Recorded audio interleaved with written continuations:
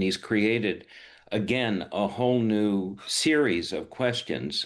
The chronology doesn't line up. He says that he broke with Epstein over Virginia Giuffre, who left Mar-a-Lago spa in the year 2000.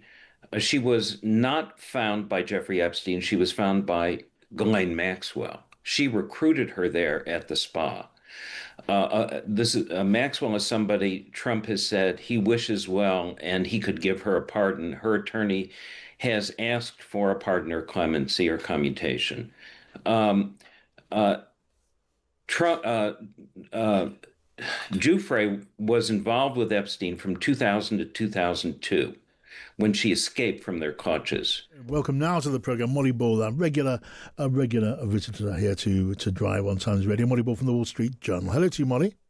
Hello to you, John. Molly, hi. Good to have you here. So we were just listening there to Chuck Schumer, the leader of the Democrats in the United States Senate, who seems to have come up with a new device to try to force the release of these Epstein files. It seems it's called the Rule of Five. It means that members of his committee, members of that committee, are enough to demand the release of papers. How do you see this tactic? How do you think it's going to play out, Molly? I don't know Senate procedure well enough to weigh in on exactly whether this tactic is likely to succeed. But, it's interesting how aggressively Democrats have been moving to take advantage of this issue as they've seen how it seems to be hurting Trump and hurting the Republicans. But that, I think, has also had the effect of causing Republicans to be a bit more skeptical of this issue. There are still plenty of Republicans who are concerned and who also want the files released, but they're not going to go along with anything that they see as sort of a Democratic ploy. Right. So I guess in the end, the American public are going to be looking at all of this. And how is this story, as it plays out day by day, how is it playing with the American public, according to whatever polling evidence you have? Well, on the one hand, polls have shown that large majorities of the public are concerned about this issue and want to see the files. On the other hand, there's no evidence that it's hurting Trump's standing with anyone who previously supported him. So while there are some loud voices on the sort of MAGA right who don't want to let this issue go and keep talking about it, what we don't see is, at least so far, any kind of erosion in Trump's support. In fact, in our Wall Street Journal poll that was just released and a few others that I've seen, even with that very high level of public interest and concern in the files themselves, we see the same or even higher levels of support for him among Republicans as there were before. So is there the potential that, independents perhaps sour on Trump because of this? Potentially, but we don't see that happening just yet. All right. Now, Molly, some curious exchanges weren't there on Air Force One, according to reports that we're seeing now today.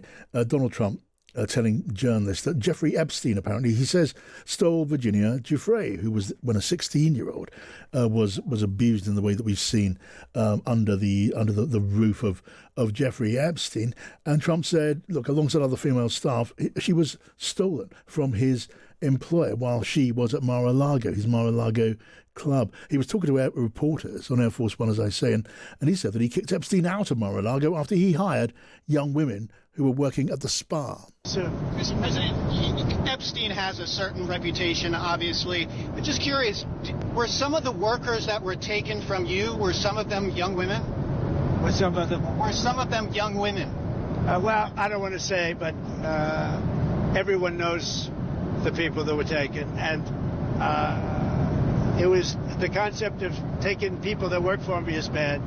But that story's been pretty well out there. And the answer is yes, they were. Yes, they were young women? What did they do?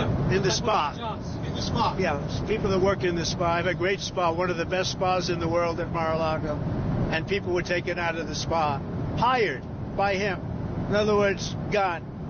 And other people would come and complain, this guy is taking people from the spa. I didn't know that. And then when I heard about it, I told them, I said, listen, we don't want you taking our people, whether it was spa or not spa. I don't want him taking people. And he was fine. And then not too long after that, he did it again. And I said, out of here.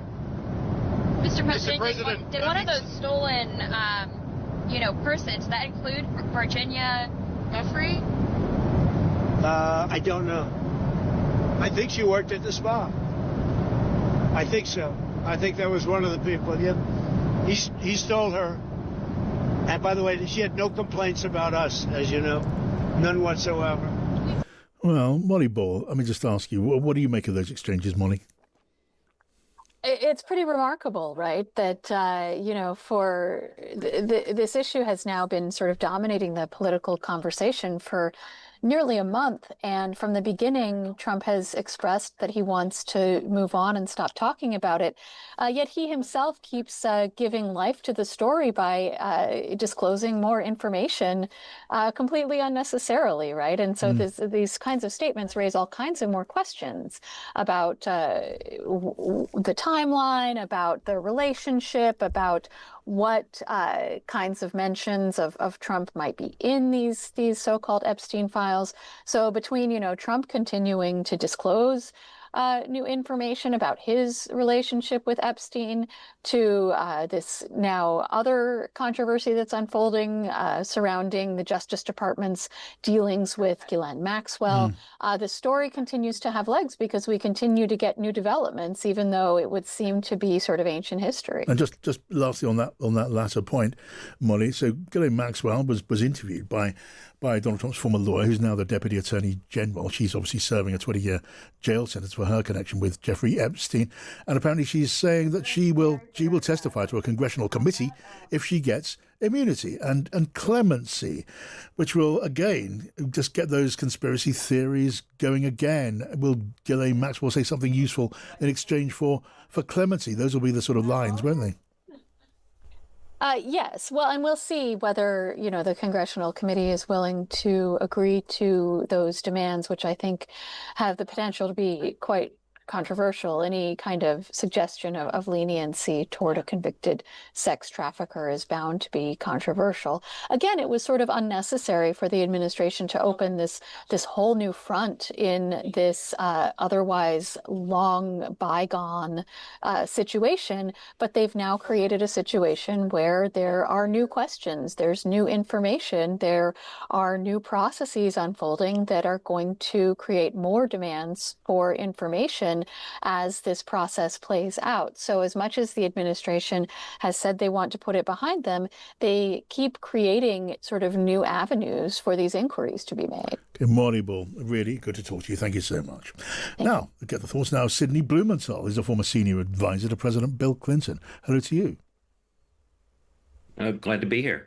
So, welcome to the program. You're no doubt following this the twists and turns of this Epstein saga, and among his many ways of deflecting attention, of turning the subject, President Trump is now repeatedly saying that your former boss, Bill Clinton, had more dealings than he did at certain times, including visits to Epstein's island. What do you make of all that? Well, it's he's throwing gorilla dust in every direction that he can, creating problems for himself. President Clinton issued a statement saying he regrets his relationship with Jeffrey Epstein. He says he never went to Epstein's island, and he used Epstein's plane, mainly for, as far as I understand it, for his trips for the foundation to Africa. So that's all I understand about that. Okay, and what about your thoughts then on the words of the president on Air Force One just in recent hours when he started talking about Virginia Giuffre, who was so abused under Epstein's roof, having been stolen away by Epstein from Mar-A-Lago? Well, there are several problems with that, and he's created, again, a whole new series of questions. The chronology doesn't line up.